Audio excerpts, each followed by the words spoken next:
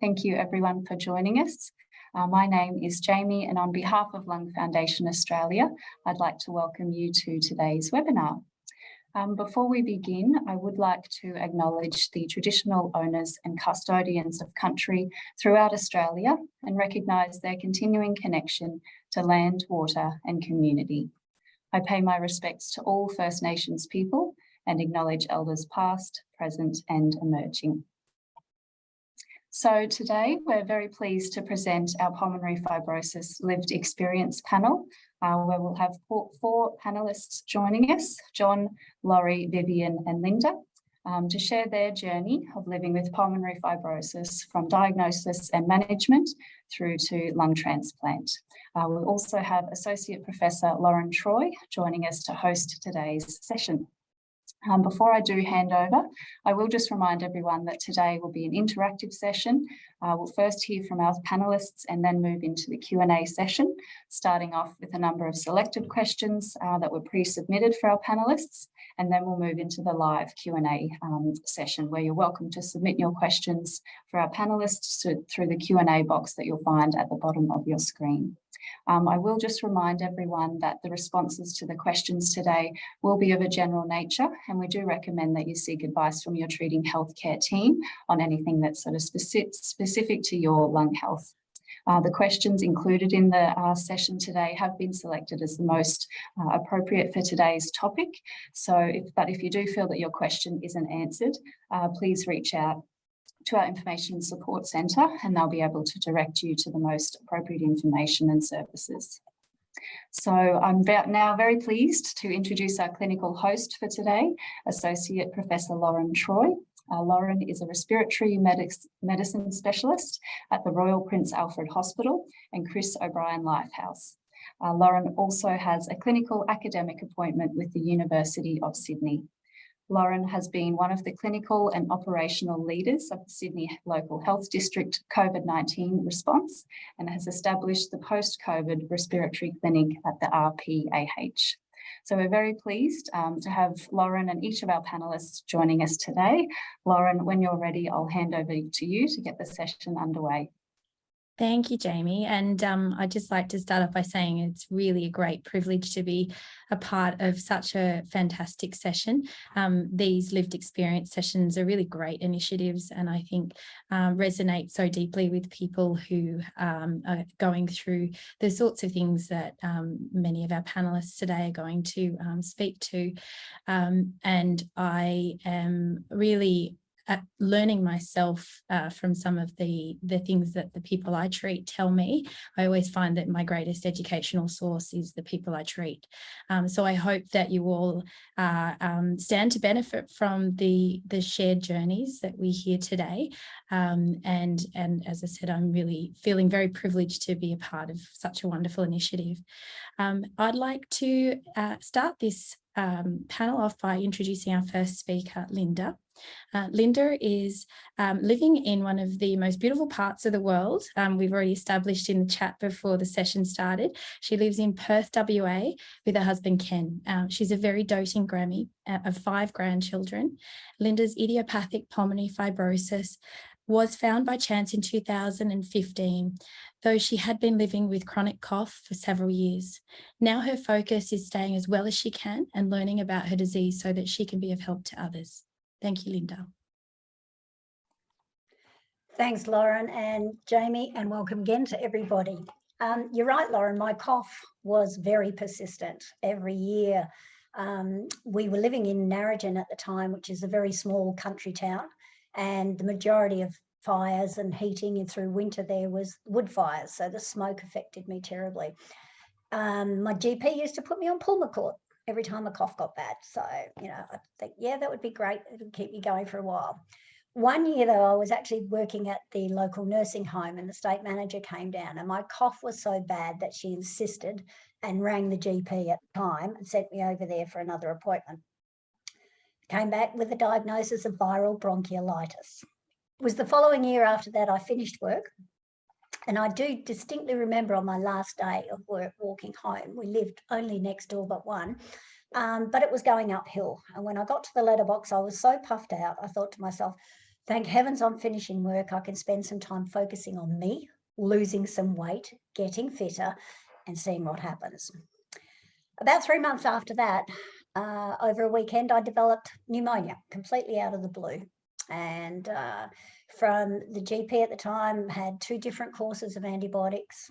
And even though the temperatures and things went, I just could not shake the cough that was hanging on. And it was just so bad. So my husband said to me, go over, see a different doctor, and don't come home unless you're going into hospital, which was actually what happened. It was his GP, and he put me in hospital for 4 days on IV antibiotics. And again, I just could not stop coughing the whole time. An X-ray while I was in hospital picked up something that needed further investigation. So I had a subsequent CT scan, and then had to travel 3 hours away to see the specialist who was actually the one who you normally comes to visit in Narrogin. And the CT scan suggested emphysema and fibrosis. But when I went to the specialist and did spirometry testing and things, he said, no, definitely no way did you have emphysema, but you have definite fibrosis. So, and that was all he told me, not much else. But he said it's not showing up as typical in the CT scan. So he requested a lot of blood tests for autoimmune diseases in case that was the cause of it. Maybe it was early onset rheumatoid arthritis or something like that. But they all came back clear and nothing else showed up. So when I saw him the second time, a month or so later, he said, no, you've just got fibrosis. And I said, in the meantime, I had Dr. Googled everything because he gave me no information on fibrosis whatsoever, and I had no idea what it was. And when he said, no, it's just definitely fibrosis, I said to him, well, it looks like I'm a goner then, doesn't it? Because I had read at that stage the same 3 to 5 years that everybody else had read. And I knew I had already had this disease for at least 2 years. And he said, oh, I've seen people live with it and die of other things. He said, it's not cancer. Wasn't until we were sitting in the car afterwards, I said to my husband, a lot of cancers are curable. And I know this one isn't. So it hit us quite hard at the time because we had no idea what was going on or what was the next progress, what's the next stage were. As I say, this was the end of 2015. And I had a biopsy in the January of 16 because he said it still wasn't showing as typical, but that did confirm IPF through a family member who was working for a different respiratory specialist. I got onto a drug trial straight away. It wasn't for the pirfenidone or nintedanib that is now available. I don't actually know what name it was called, but it involved a 4-hour round trip every week for 12 months to have an injection. And it turned out at the end of that, I was on a half and half, placebo 1 week, drug the following week. But they didn't carry on with that any further. It never went to a stage afterwards. But through that trial company, I stayed on drug trials and have continued most of the way through since then on various drug trials. I'm currently on my 5th drug trial through Fiona Stanley Hospital after John recommending me going there. So they're a fantastic team. It's great because now that I'm under them, I see a doctor on a regular basis, whereas if I wasn't on the trial, I was only seeing a respiratory specialist once a year.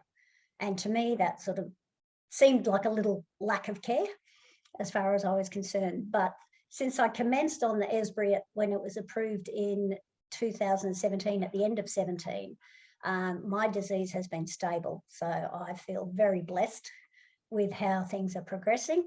The biggest thing I like to do is to help people, talk to people, and be able to share some of my journey, but also support them along the way in theirs. Goodness, Linda, that you've touched on some of the most important themes of pulmonary fibrosis, I think, in your story. And just to distill it down into such what has been a really harrowing 7 years for you, no doubt, and particularly around the time of diagnosis is quite phenomenal. But, you know, the themes that I sort of took from that were the difficulty when you live remotely in accessing regular comprehensive care, the frustrations and challenges around delayed diagnosis, which is a really common story because fibrosis really presents similar to many other conditions, and it can be many months or even years before you finally nail what's going on. And then you've also talked about the importance of clinical trials, where we are really getting the only access to new drug therapies, the Esbriet and the OFEV. We wouldn't have got there were it not for all of the people who were participating in the trials back in 2012 and all of the new things that we're yet to discover. And also the importance of education and staying abreast of all of the latest management. And I guess that's why you're all here, and similarly why all the people are online listening. So thank you, Linda. That was a really special sort of story to hear from you on. And I'm sure there'll be lots of questions around that at the end as well. So we might move to our next speaker, Laurie, to share his story. Laurie has been living with idiopathic pulmonary fibrosis since late 2019. He is a Peer Connect volunteer, a member of the Lung Foundation Rare Lung Disease Consumer Advisory Committee. He also teaches photography at U3A and enjoys caravanning around Australia. And so we get to hear Laurie's story now and see whether there are some similarities with Linda's story or some points of difference. Thank you, Laurie. Well, welcome everybody. And I would like to start with my story, which started back in around about 2016 when I ended up with this insistent cough, which kept on every winter. It would go away in the summertime, but during the winter, when the humidity was a lot higher in South Australia, I tended to get this cough. And after many x-rays and the odd scan, they came back with my first GP that I was with at the time. He said, oh, there's a little bit of a shadow in the lungs, and he just left it at that.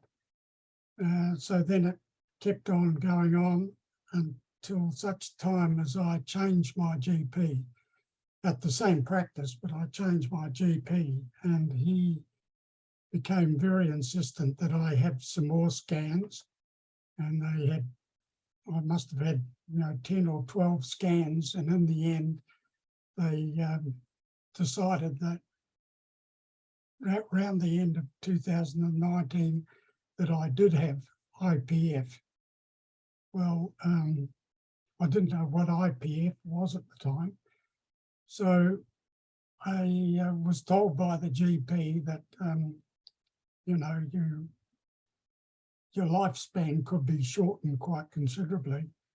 And so I started reading. So I went online and went to the Lung Foundation of Australia, Lung Foundation of America, listened to webinars and videos. And I thought, well, there's got to be something that is better than this. And the GP then put me on to a specialist. And the first specialist I had, all he wanted to do was do a biopsy, nothing else, just do a biopsy. And I thought, well, that seems a bit radical for a start. So I opted out of that, and I told him why, that I didn't think it was absolutely necessary. Surely there's some other way we can go first. And he disappeared off the scene. And so I was put on to another specialist at the Lyell McEwen Hospital, and she was absolutely fantastic. I've been with her now for a couple of years, and she's fantastic. She immediately put me on to nintedanib, 150 milligrams twice a day, and the cough has virtually disappeared now. It comes back just a little bit on a sort of a wet night or something like that. But and my breathing is much better. I can actually talk without sort of becoming short of breath. So life is sort of improving. and each of my lung function tests have been better than the last one, so things are getting better. So I'm hoping it stays that way, and I'm hoping that the drug will take its course and keep the disease in limbo for a while. I'm 82 nearly, and if I can get another 10 years, I'll be quite happy. So all in all, I think the idea is to, I've tried to sort of make my life just travel along as normal, try to do a bit of walking when I can, to get out when the weather's better, and I just keep my mind open to new challenges. We don't have a lot of tests down here, you know, for new drugs in Adelaide, but when I do, I'm on the list to sort of do one if I can, but we don't seem to get it very much. It seems to be the Eastern Seaboard and maybe Western Australia that get these drug tests. In any case, I'm staying positive, and I know that I've got a good team around me, and I enjoy my IPUF meetings and peer connect when I get the odd one. And I enjoy my time on the committee, you know, trying to help other people who are suffering with the same disease. And I know there's a lot of other people, especially people with COPD, who are far worse off than I am. At least I can breathe reasonably well, but I know people with COPD struggle and bronchiectasis, and so I'm not so badly off.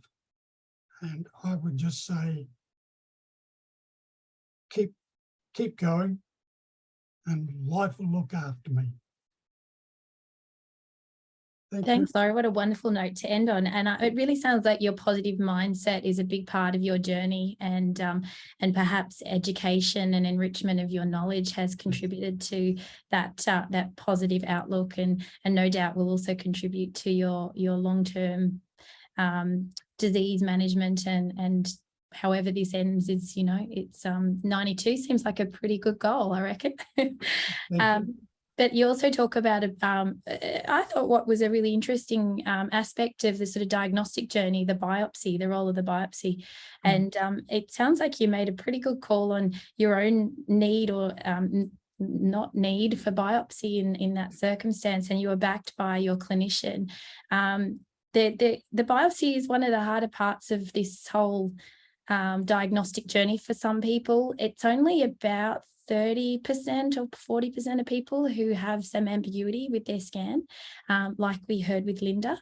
So you might consider a biopsy there, but it's really more likely than not that you won't need a biopsy, as in your case, Laurie. So I think you touch on an important thing there. And I think if you're really wanting to be sure that you need the biopsy, getting a second opinion is a really good way to go. So yeah, I think that was good.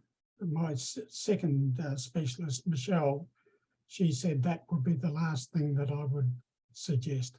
Yeah, so yes. Good that you were validated in your position there.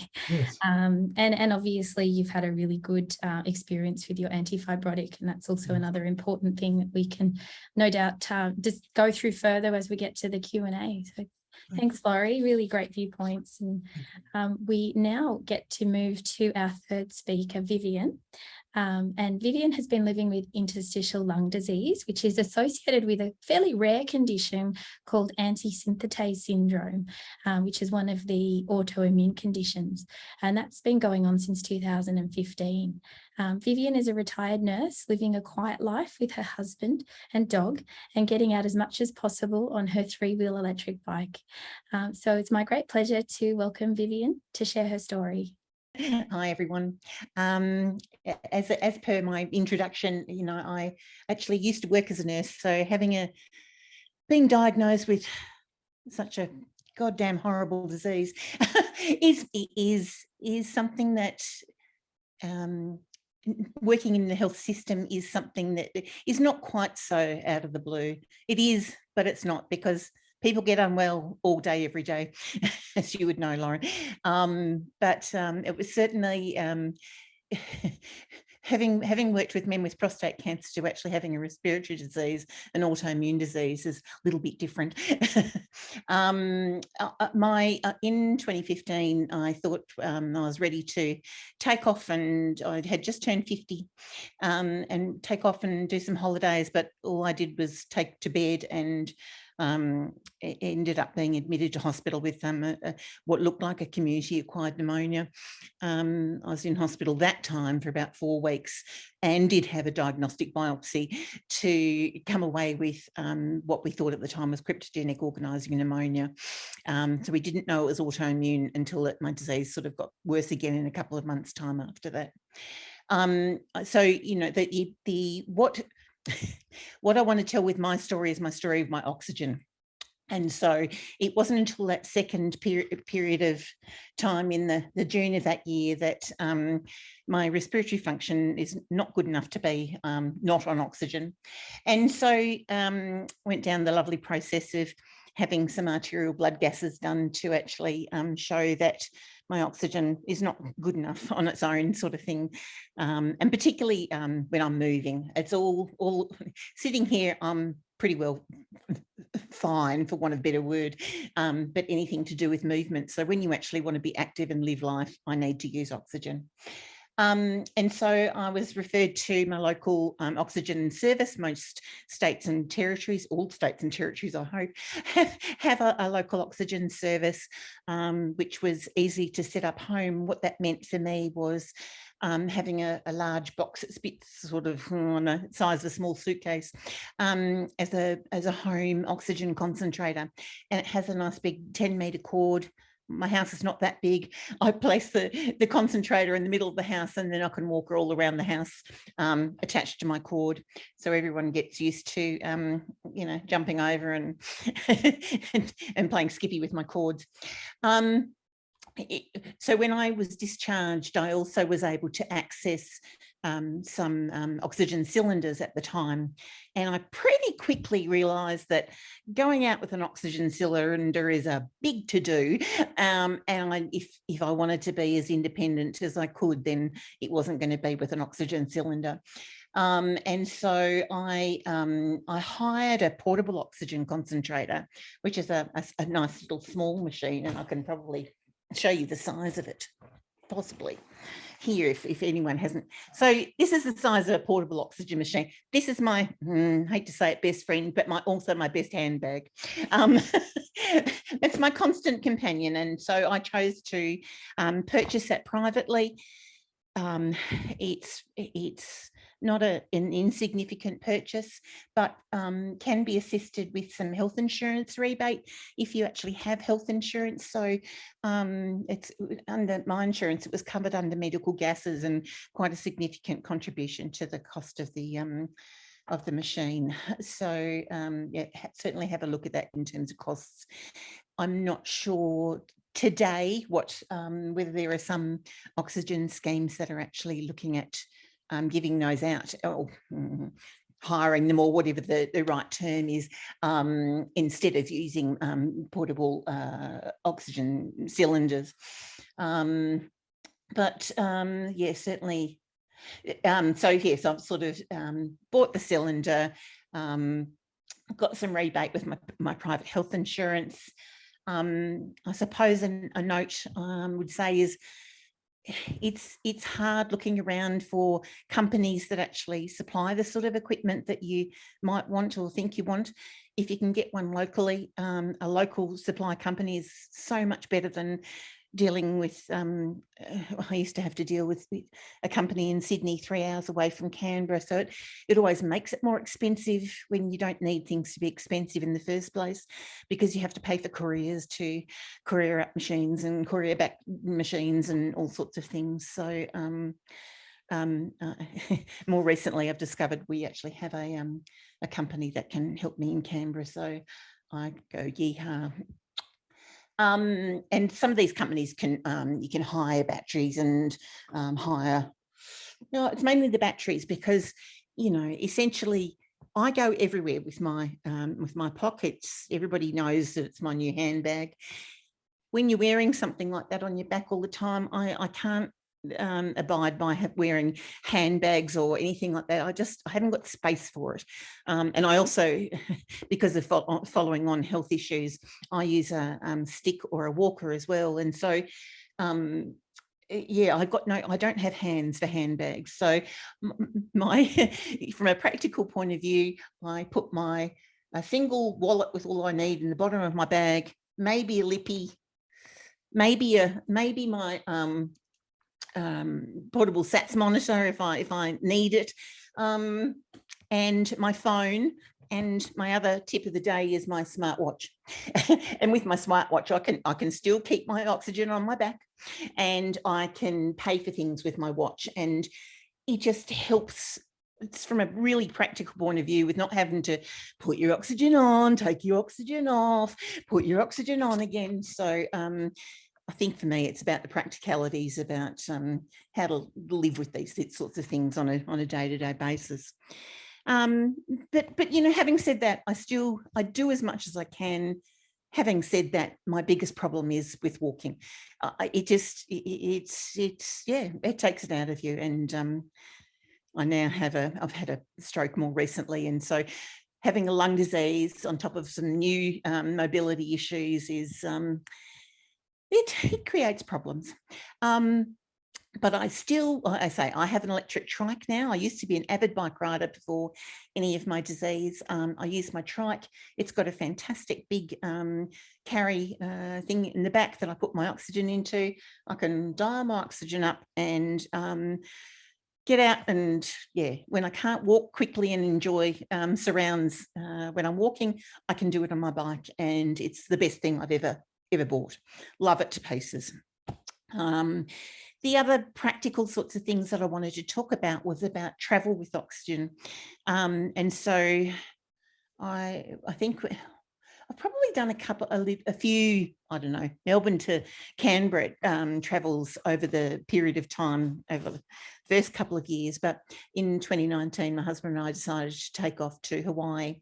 So that was a big trip to plan more for, to look at airplane websites for where you need medical assistance, to get the forms that you need, to get them signed by the respiratory specialists, and to check on what are the processes with each of the airlines. And some of them are getting simpler and simpler, and some of them aren't.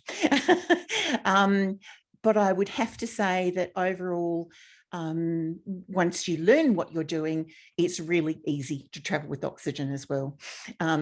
So it's just a matter of becoming more familiar with the fact that you do need to get permission and things like that. And when you go places, you just got to take your friend with you. And if you're going overseas and you've got an 8-hour or a 12-hour flight, you need more than one battery, obviously, and that's where I was hiring batteries to go flying to Hawaii and things like that. So you can still do lots of stuff with oxygen.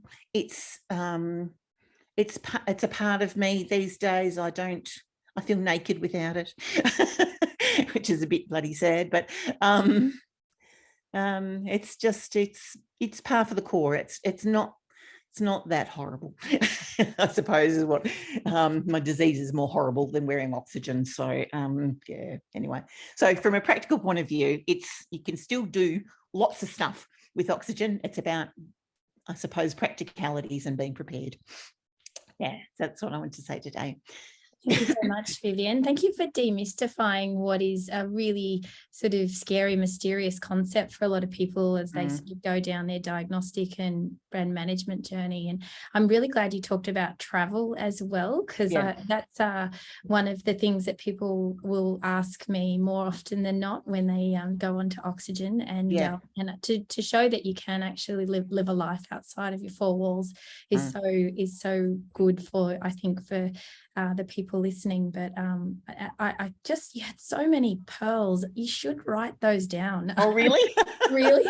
I think you need to write some sort of online or some sort of manual for how to live with a portable oxygen concentrator and oxygen in general, because your wisdom is so incredible. So thank you for sharing.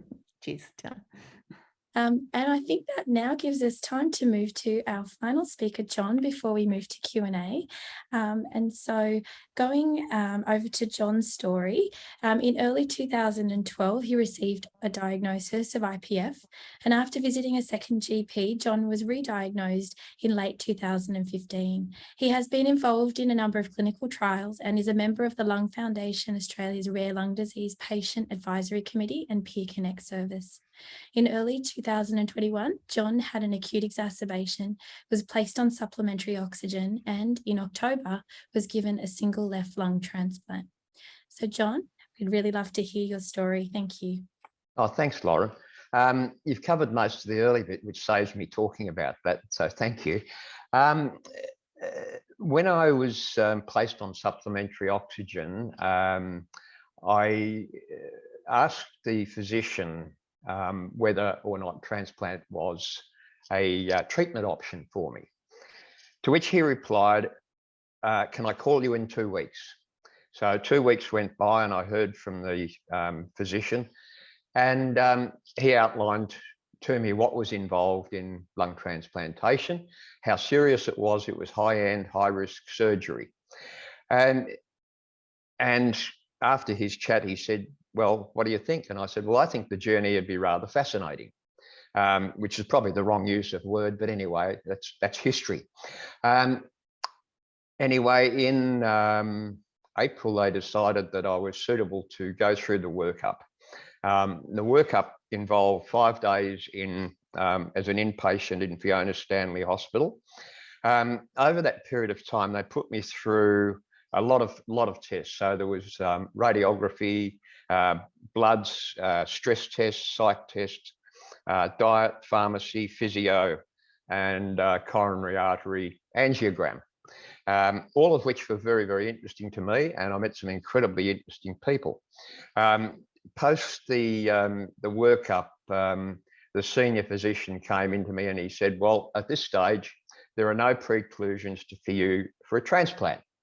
And I thought, oh, this is terrific. And I thought, well, you know, very soon after they'll list me. Not to be. So I had a couple of other tests to go through. There was one for bone marrow cancer, and I forget what that's called, and a couple of other small tests. One was a renal urological type test and so on. Anyway, and then in mid-August, I was actually listed for transplant. I went live on the 13th of August.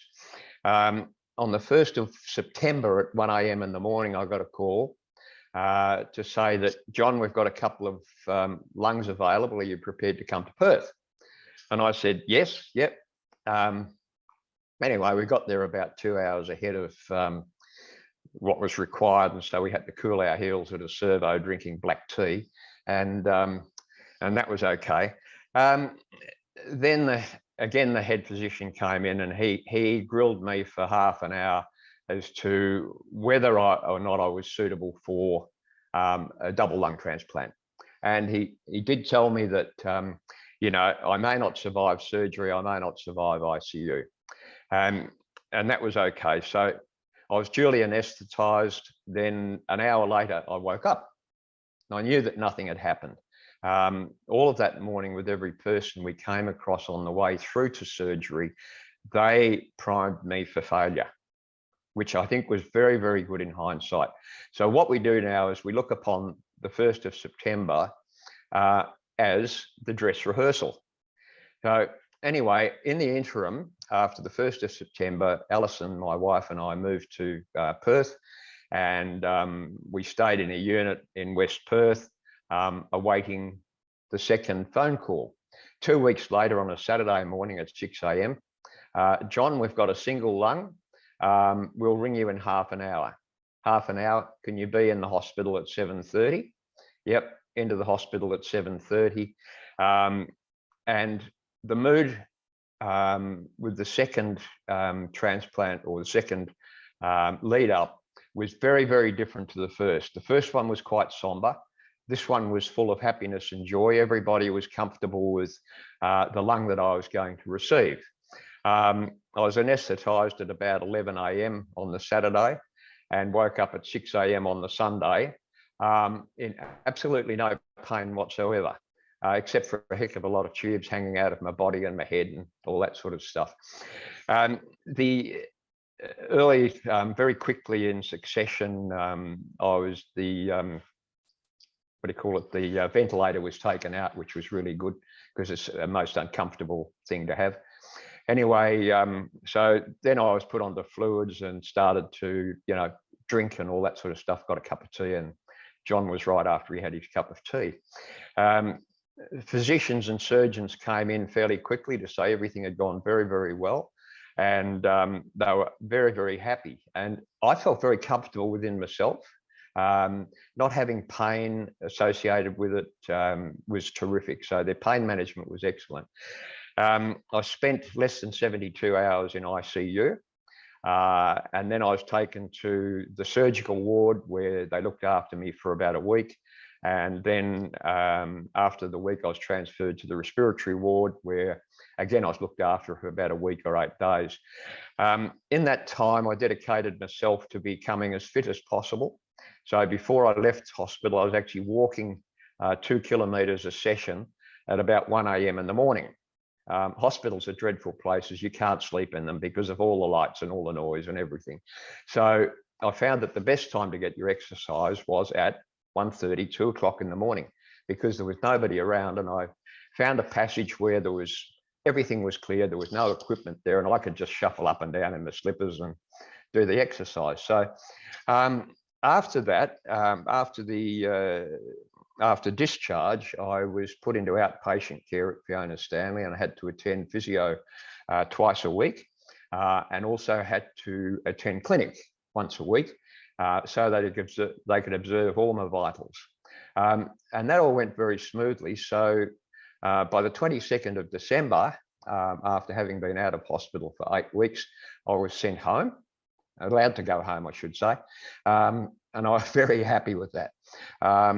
And what's happened since then is that the disciplines involved with transplant are very, very important. So it means that my 2 to 3 glasses of wine that I actually enjoyed each day well before surgery now become 2 to 3 glasses of wine per week, which is not an issue. I exercise every day. I'm back swimming. I'm now walking as well and doing weights. So all of that goes with that. You also have a significant drug regime with immunosuppressives and antivirals and antibacterials and all that sort of stuff. And now I can tell you very happily that last Saturday, I was 12 months in. So my little baby here is 12 months old, and I'm ecstatic. Every morning I wake up incredibly thankful for the donor and the donor's family who had the foresight and courage to offer the parts from a person who'd just succumbed to some other disease or illness. That's it. Is that okay? Wowee. Very okay. What a wonderful story, and happy birthday. Thank you. I do believe that I'm the oldest transplant recipient in the country. Do you mind if I ask how old you are? Now 76. Wow. Yeah, I think that's probably a record.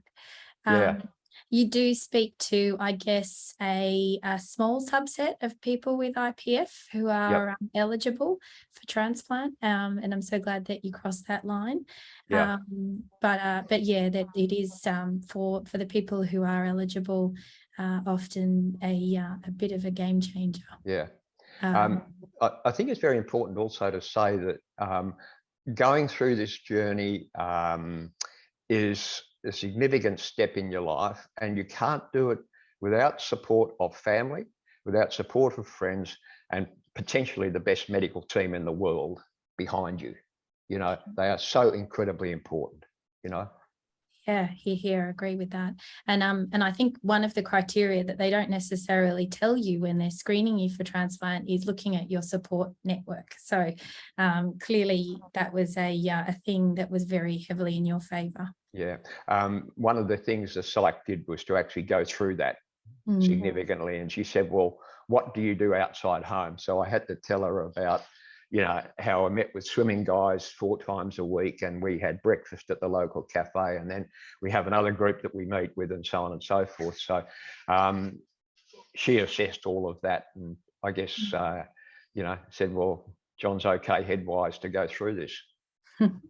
We might actually come back to your exercise regimen and the role that that's played in a little while, but I think this now gives us the perfect time to move into some of the Q&As. I'm going to ask one of the pre-submitted questions first, and I would like to hear from both Linda and then Vivian about how the condition has affected their lifestyle, and what have you both done to manage this? Okay.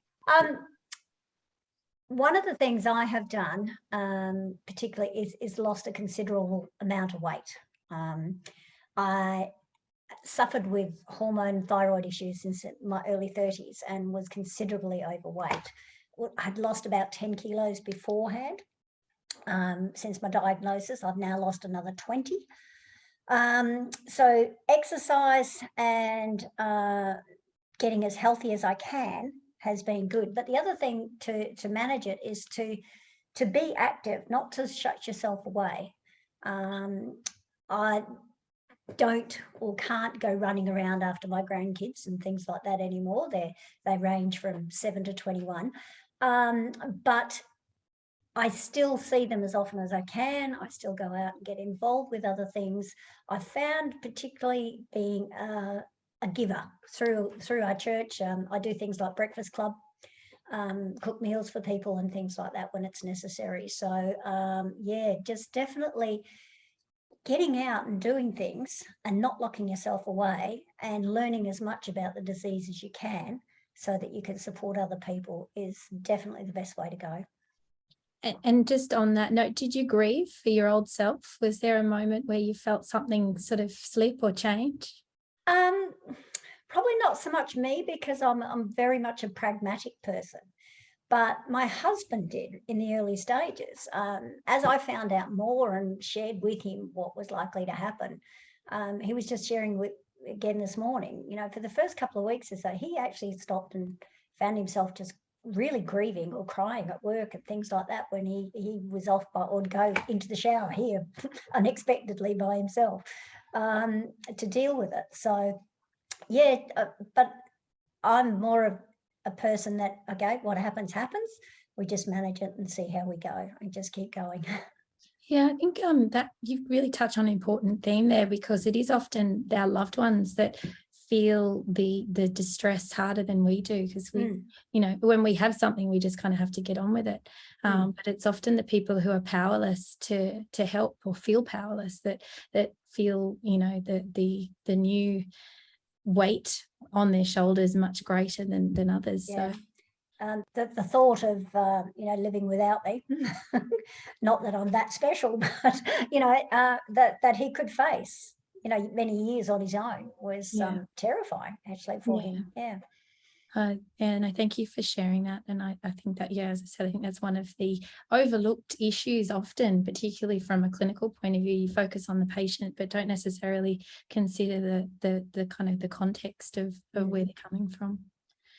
And Vivian, you must have some pearls again, or some insights on how life has changed dramatically and what you've done to manage it. You've already shared some of your insights, but anything else? As soon as the question came through again, I just had an immediate sense, unfortunately, of sadness. Because yes, life has significantly changed. I've had to retire the job that I loved, and to come to grips with not being able to work anymore. It's oh gosh, didn't think I would do this way. It's been a hard journey. But, you know, the things that have made a difference is having trust in my medical team, they have been sensational, and obviously you're very grateful for that.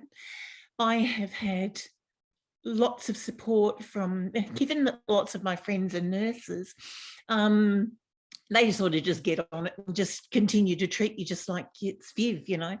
And that's really, really important, to have people that are prepared just to keep treating you as the person that you are, you know, even when you yourself feel like you've lost some identity. As we were talking about before about partners, it's in retrospect, I think you're right that it has been so much harder for my husband than for me, despite we've had some really, really challenging times, and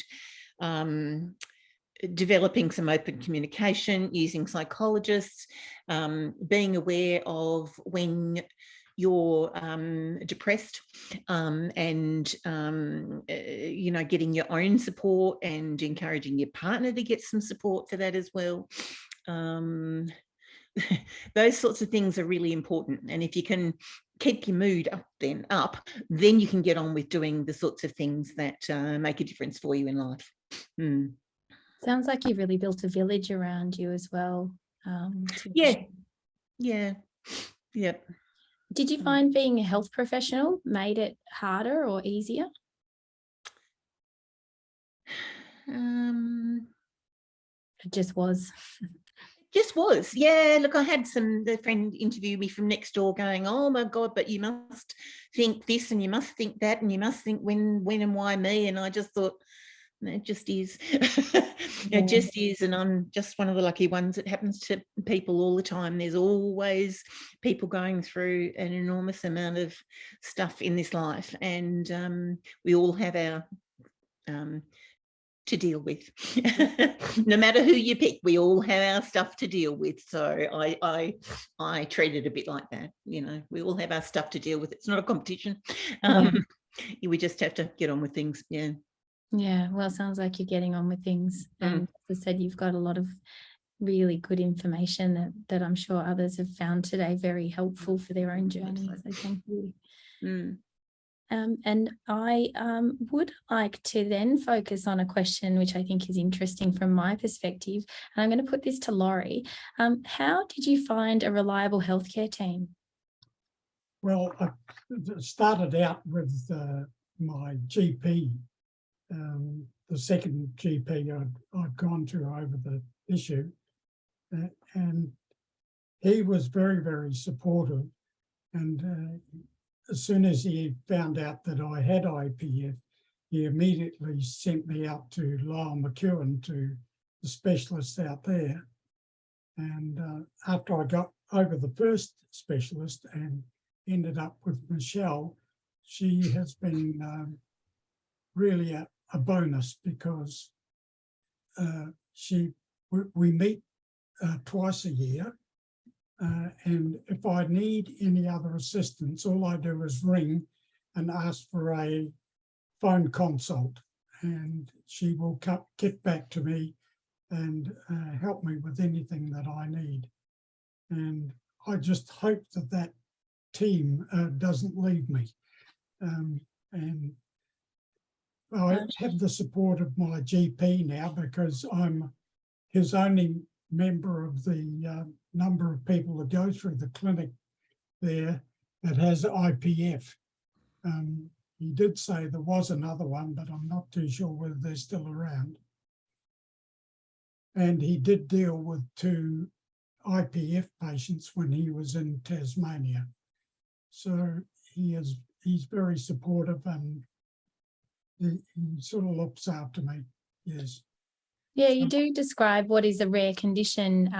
So people like, GPs who are usually sort of seeing a whole lot of other things, it's quite an interesting part of their day when they get to see someone with a rare condition like IPF. Yes. Yeah, well, what he does, I know more than he does about the disease, but that's by the by. But he's always caring and hoping that I'm doing the right thing, and he's still going out to Lyle McEwen and doing everything they ask out there. And it's good to have a good team around you. Yeah, absolutely. You define the importance of the GP, the primary caregiver, and how they are the person, the go-to person when you're not well or when you have new problems. No. And it's critical, obviously, that they need to be communicating regularly with your specialist team as well. That's right. Yeah. So there is a communication between the two, because she sends any reports through to him. He is kept up to date. Yes.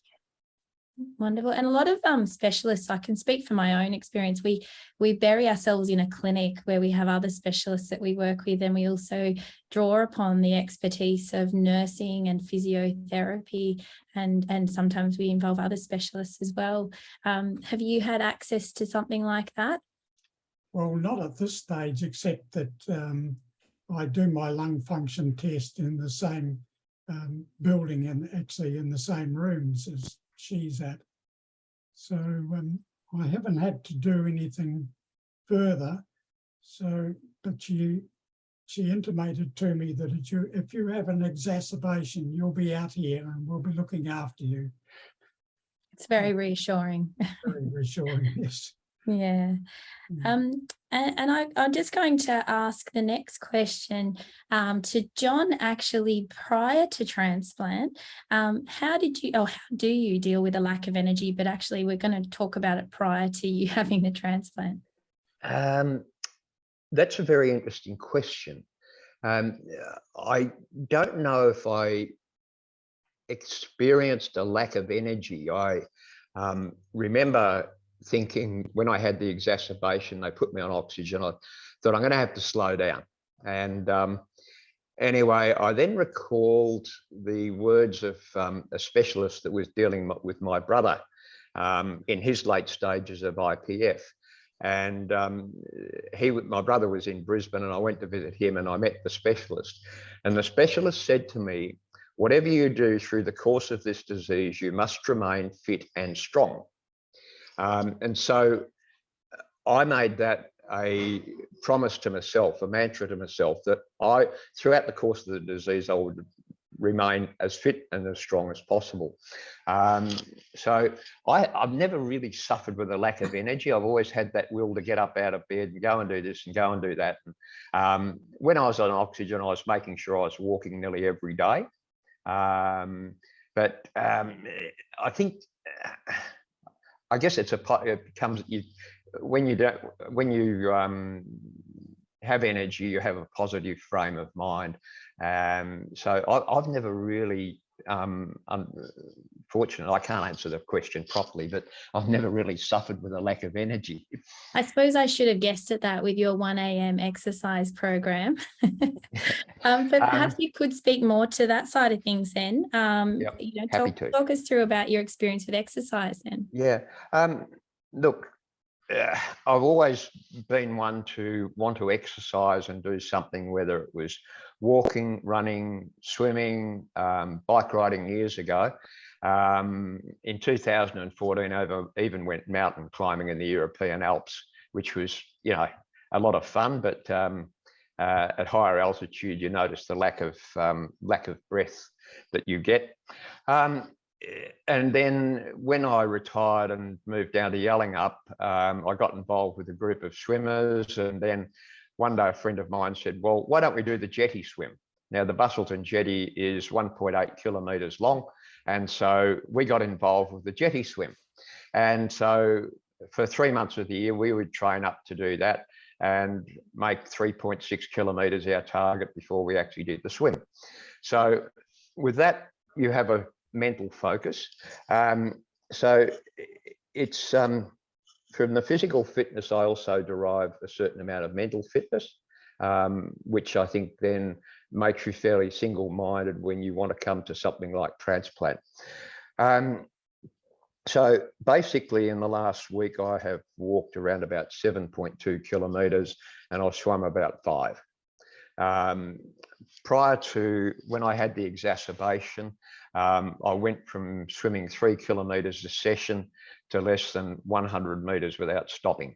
So if you can envisage that, so 2 weeks over the exacerbation, swimming 3 kilometres without stopping. 2 weeks later, I couldn't swim 100 metres. So that's how much I'd declined. One of the other things, if I may, Lauren, is to talk about is record keeping. I've kept records of every spirometry test I've done from when I entered clinical trials back at the beginning of 2016, right up until now. Part of my daily discipline now is daily spirometry with a little handheld machine. And so that has to be taken care of every day, and I record that every day. And so basically, right through the history of my disease, I know where I've been, and hopefully I know where I'm going to. Yeah, you certainly, some people find that having that record over time is very reassuring. Others find too much information can be distressing, particularly if they're seeing a decline. So I think it really is very helpful when you know that those are the data points you need to keep you going. Sure. But you make an excellent point. And I think your passion for moving really is obviously one of the things that have kept you in such good shape. And particularly, I think that addresses questions that are in the chat here about the role of staying active in rehabilitating after major surgery. Yeah.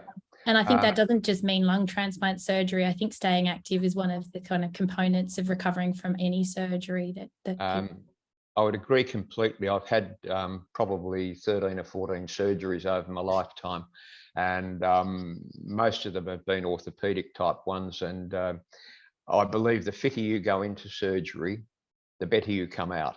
Yeah. And I think it's very, very important to be very fit before you go in. Yeah. If you can be.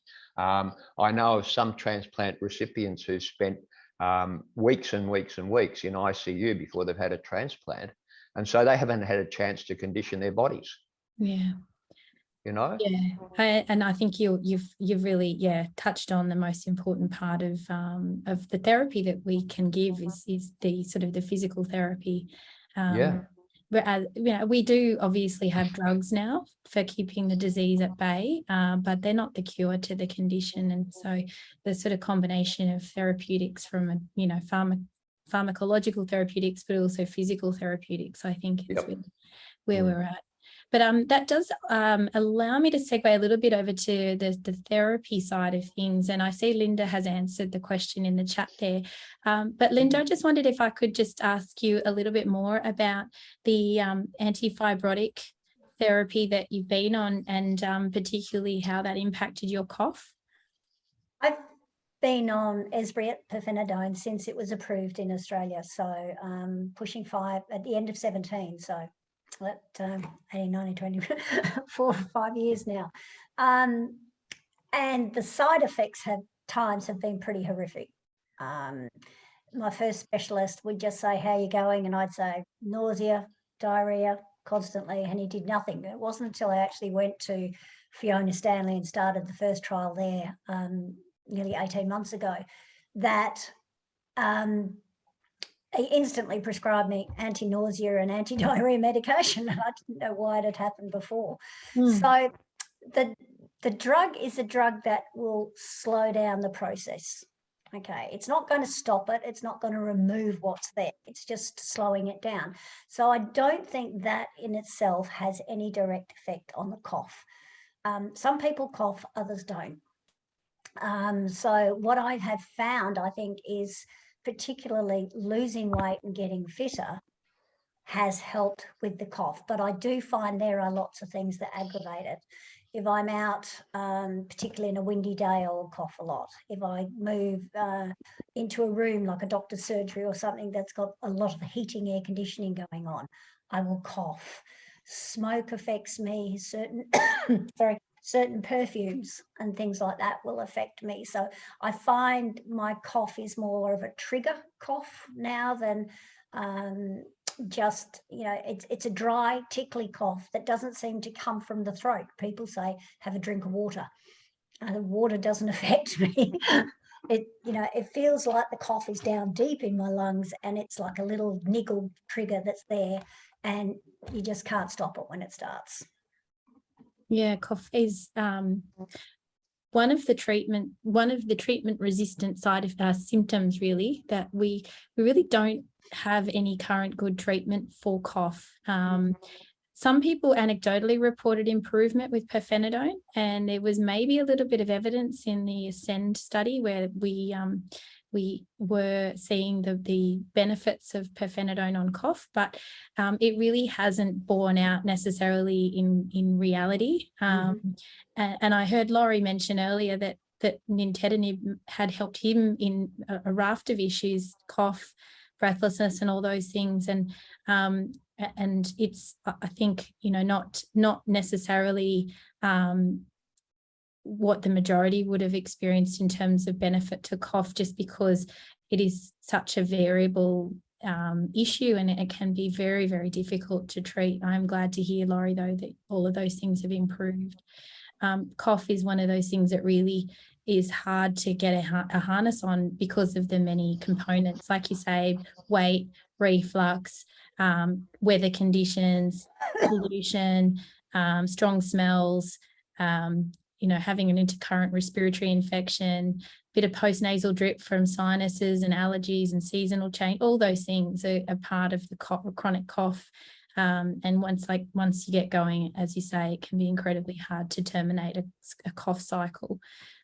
There is one clinical trial that has shown some benefit on cough. It's now currently in phase 3 for a particular drug. So it's certainly something that people in research and clinical trials are trying to find an answer to. So definitely watch this space for the cough story.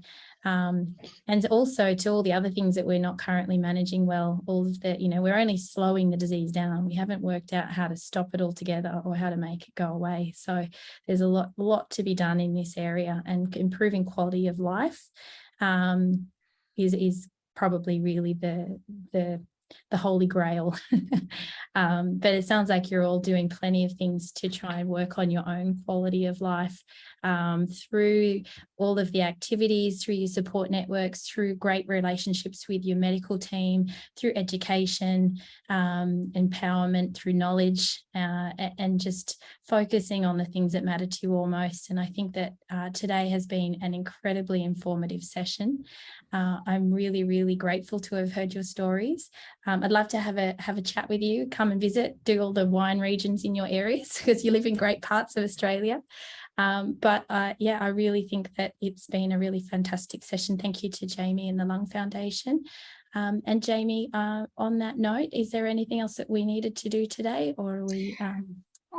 Yeah, I will just say a big thank you to everyone for joining us. It's been a topic that's been of big interest to our pulmonary fibrosis community, so thank you. And something that we hear echoed when we connect peers for peer support is just how valuable it is to hear from someone who's going through a similar experience. So I think today, hearing from you all and your clinical input as well, Lauren, is just so valuable and informative to many, many patients. So thank you very much. I did just want to make mention to the resources and support services that we have available for people living with pulmonary fibrosis and idiopathic pulmonary fibrosis, as well as their carers as well. So on our website, you can access all of our previous webinar series, a range of digital booklets and fact sheets. And all of these have been developed in collaboration with the Centre of Research Excellence in Pulmonary Fibrosis as well. So you can access them through our website or through our information and support centre. And that's the 1-800 number that you can see on your screen there, just 1-800-654-301. And we do have 2 peer support programs available as well, specifically designed to connect people living with PF and IPF right across Australia. And this includes our one-on-one telephone-based Peer Connect service and our IPUF online peer support network. You can scan the QR code, you can see that on your screen there for peer support, or again, access it on our website or information and support centre as well. So a big thank you again to our speakers and to everyone that's joined us live today. We hope, and I have no doubt, that everyone's enjoyed today's panel presentation, along with this year's PF webinar series. So thank you, everyone. And with that, I'll close the webinar for today.